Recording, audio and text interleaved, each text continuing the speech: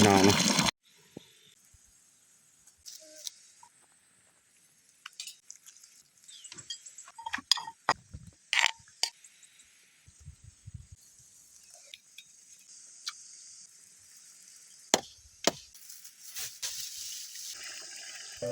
อย่าลืมกดไลค์กดแชร์และกดติดตามเด้อพี่น้อง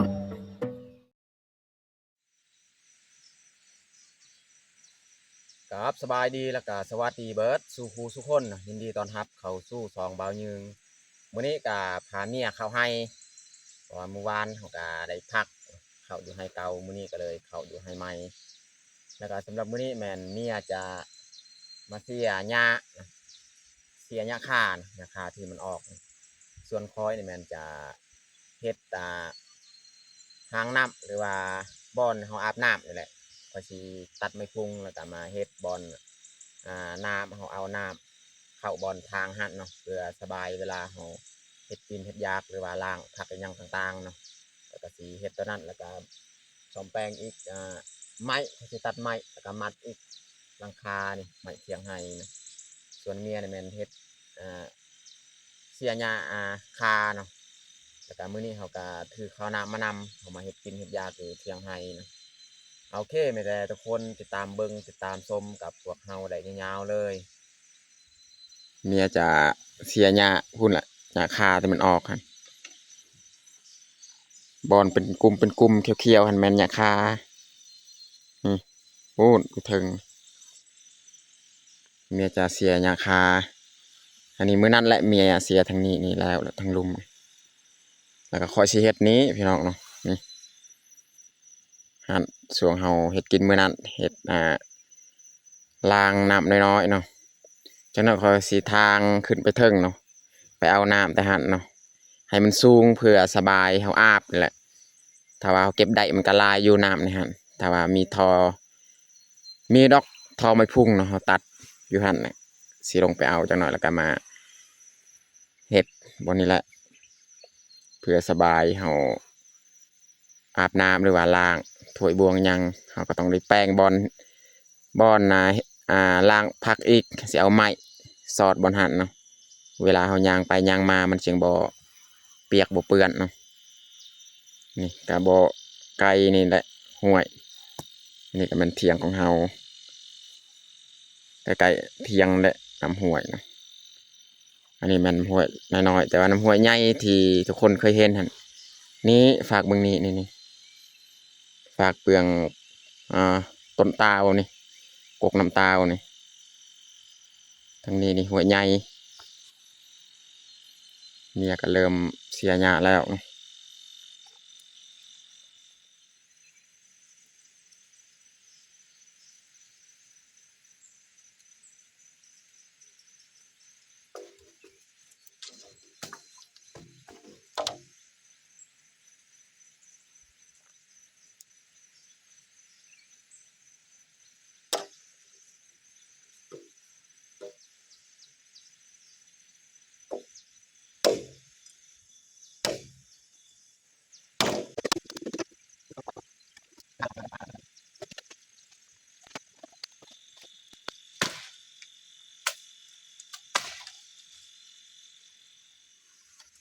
นี่เฮาพาเรียบร้อยเนาะพาเครื่องเอาสีเจาะออกบอนคอตอนี่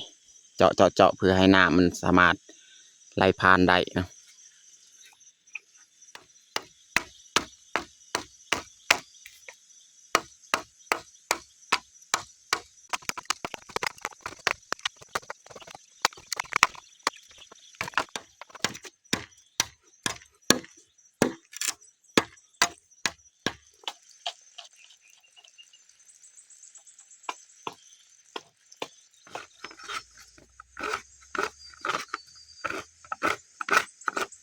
นี่เขาจะคูดกับเด็กแวกเนาะเพื่อให้ตัวนี้มันแป้นเนาะน้ำสามารถไหลผ่านได้สะดวกเนาะเราต้องคูดตัวนี้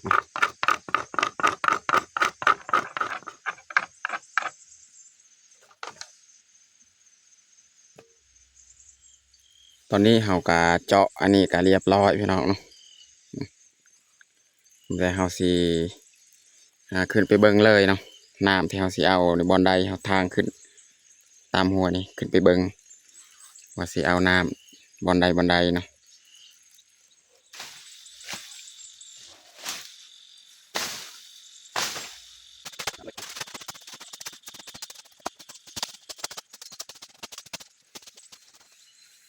ตอนนี้ก็เอาทางไปเรียบร้อยบัดนี้เราจะเอาทางน้ำของเรามาใส่เลยเนาะ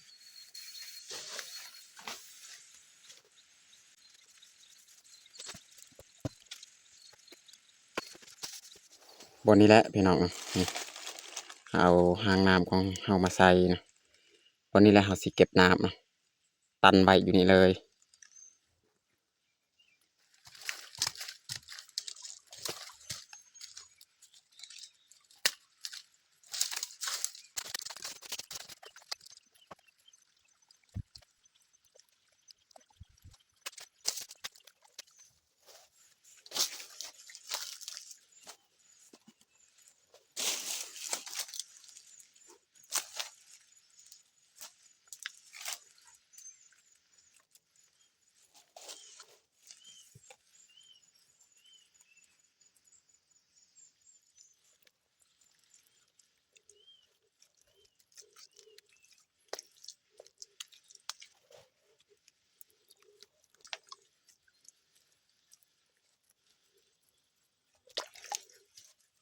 ตอนนี้ก็เรียบร้อยเนาะเก็บน้ำไหลเรียบร้อยเลยเก็บน้ำตัวนี้เนาะแต่เราสิไปต่ออีกล้างน้ำอยู่ลุ่มฮั่นเนาะมันไหลสะดวกแล้ว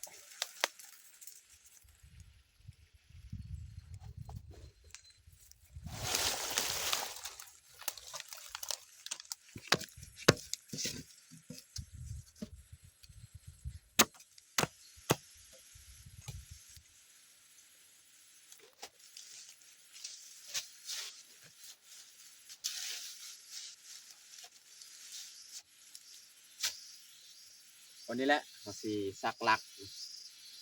เขาจะใส่ล้างน้ำ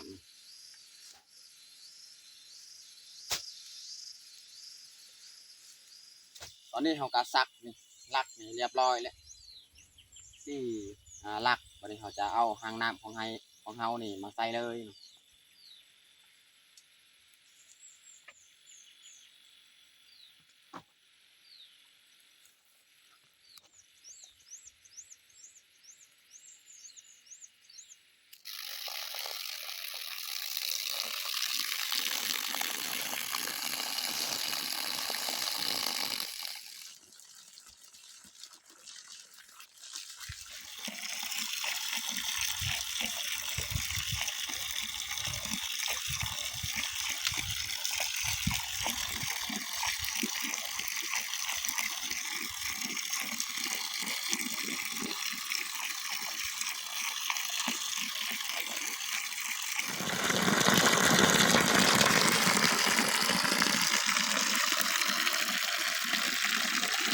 ตอนนี้กาเรียบร้อยพี่น้องเนาะ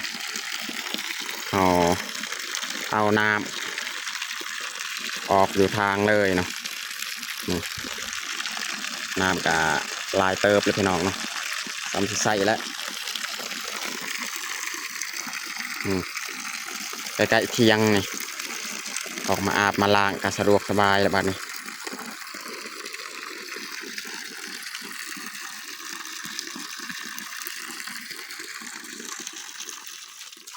สำเร็จพี่น้องเอาน้ำนี่ทำที่อาบและน้ำ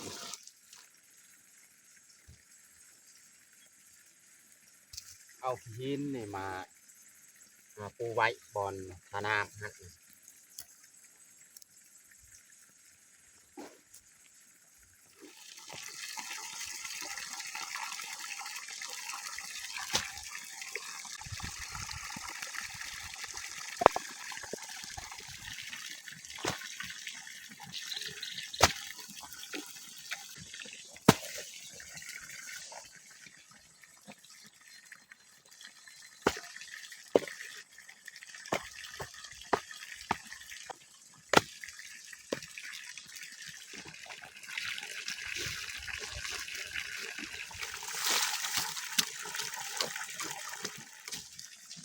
มันเป็นเที่ยงพี่น้องสบายเวลาไปมา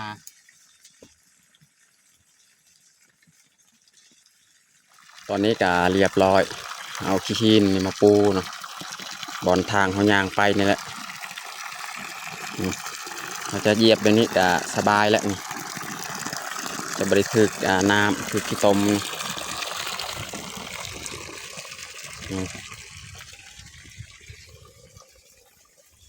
เวลาไปเวลามาพี่น้องเรียบร้อยแล้วแบบนี้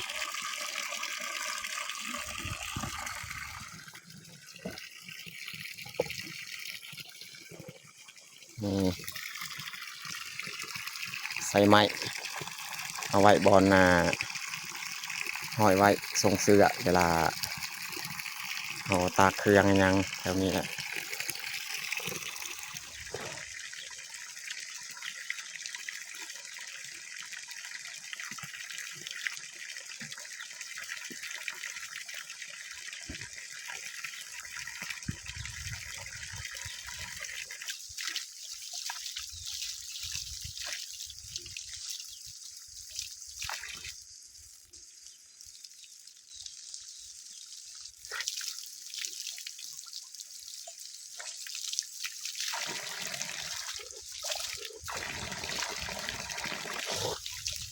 เย็นดีน้ำมันเนาะ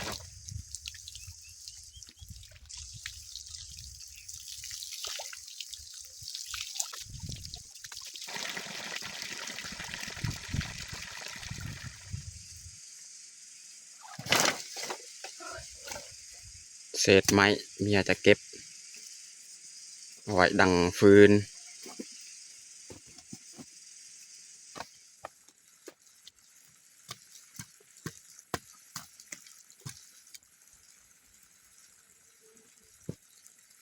เรื่องเขาจะคุดบอนสีดังไฟ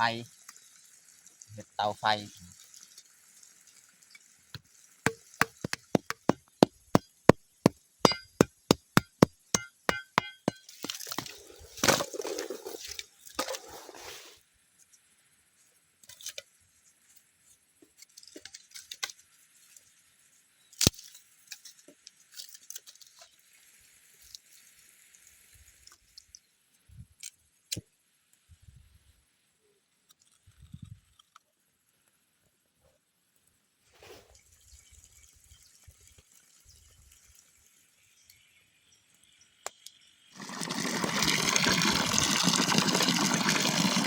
เห็ดพี่น้องเห็ดคนขาว เก็บมาอยู่ตามทางทีแหละ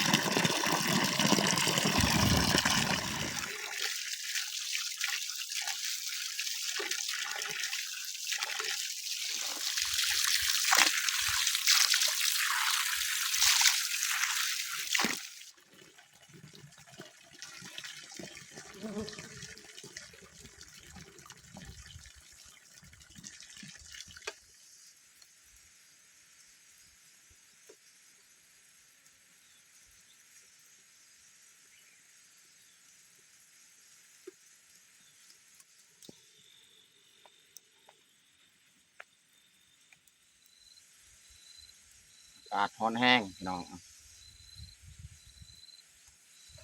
มียังเสียหญ้าก็คือเขาสีแกงผักกาดพี่น้องแกงในกาใส่นี่ปลาแห้ง2 โตแล้วก็สีตำมักทั่วอีก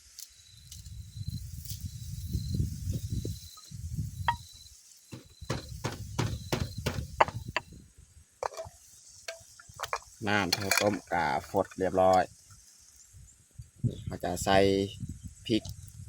กระเทียมมะแคนเนาะใส่หัวไชไข่แล้วก็ใส่ปลาแห้งของเฮานะพี่น้องเขาจะบิครึ่ง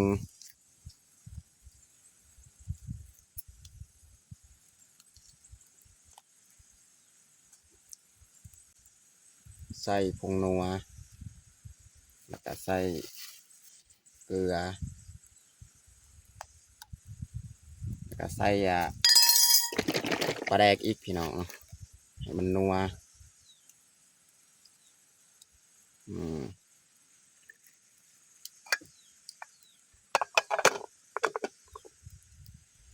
อันนี้แมนซอยตีนมันออกเนาะตัดตีนมันออกเห็ดขอนขาวพี่น้อง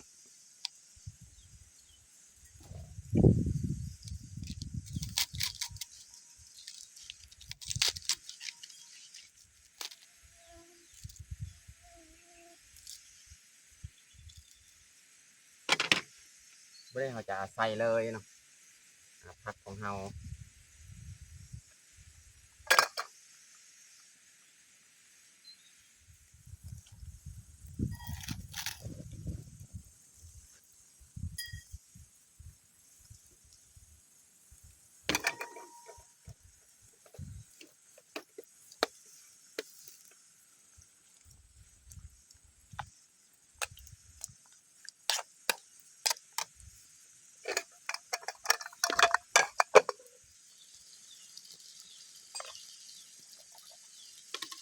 ไม่ได้เขาสีตำหมักทั่วพี่น้องเนาะ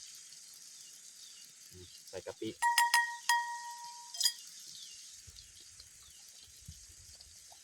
ใส่กะปิใส่ปลาแดกพี่น้องเนาะ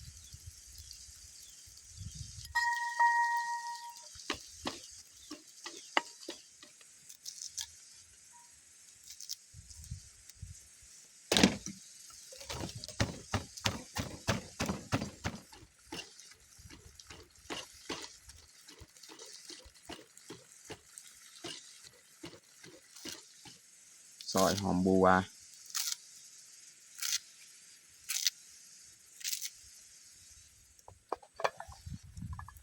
นี่พี่น้องตอนนี้ก็สุกเรียบร้อยแล้วแกงปลาใส่ผักกาดนะพี่น้องเนาะสุดท้ายนี่เราจะใส่หอมบัวพี่น้องเนาะใส่หอมบัว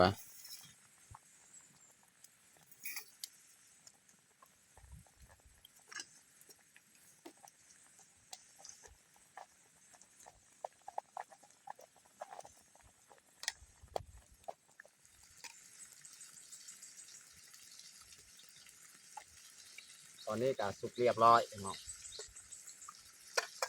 แกงปลาแห้ง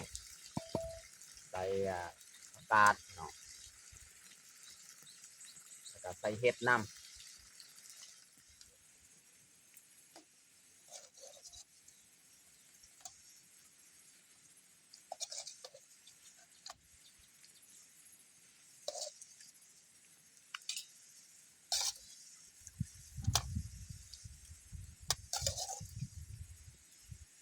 สดน้ำจวดจาดพี่น้องบริหารสีเทน้ำเลย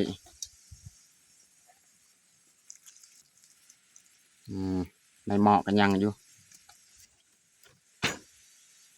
เห็ดกูกินแล้วจึงเอิญเมียจะนำกินข้าวใส่ปลาแดกพี่น้อง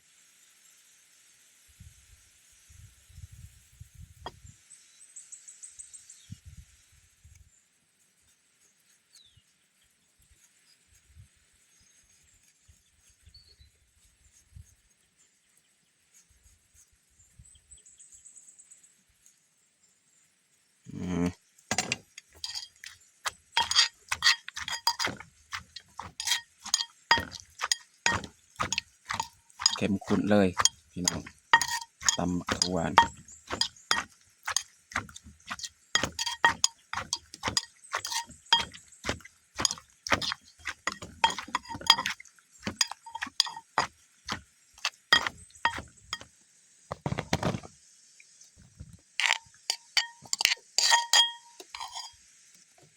ตำบักถั่วพี่น้องเนาะ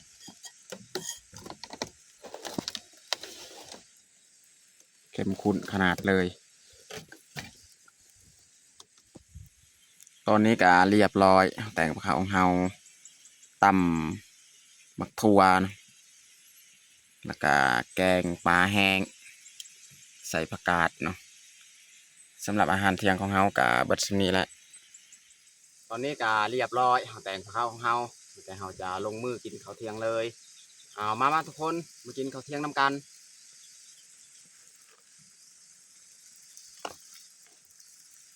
เอาเห็ดกินแล้วก็จึงเอิญเมียมกินข้าว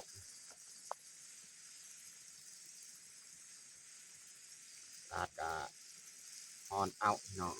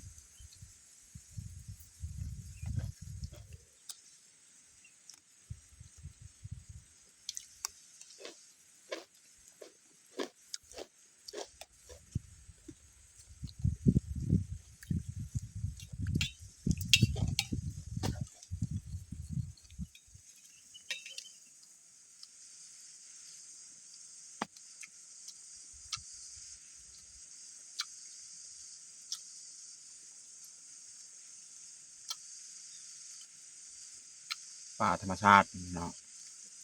แซ่บ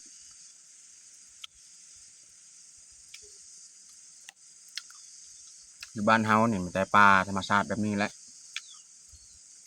ปลานิลปลาดุกก็ส่วนน้อยที่ได้กิน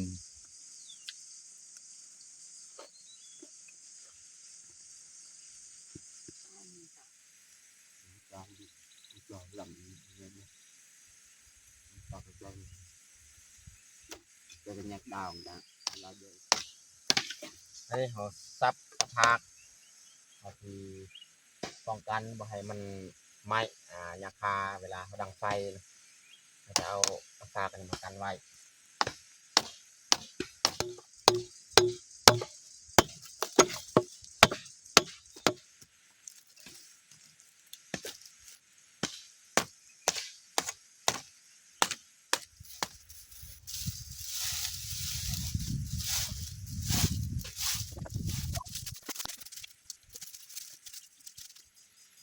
ป้องกันไว้เรียบร้อยน้องน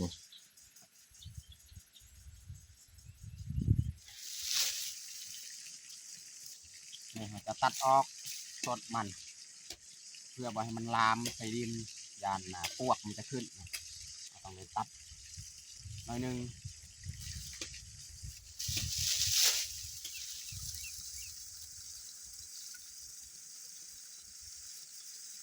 เอาจะจูดเลยเศษยาคาแถวตัดทำได้บาง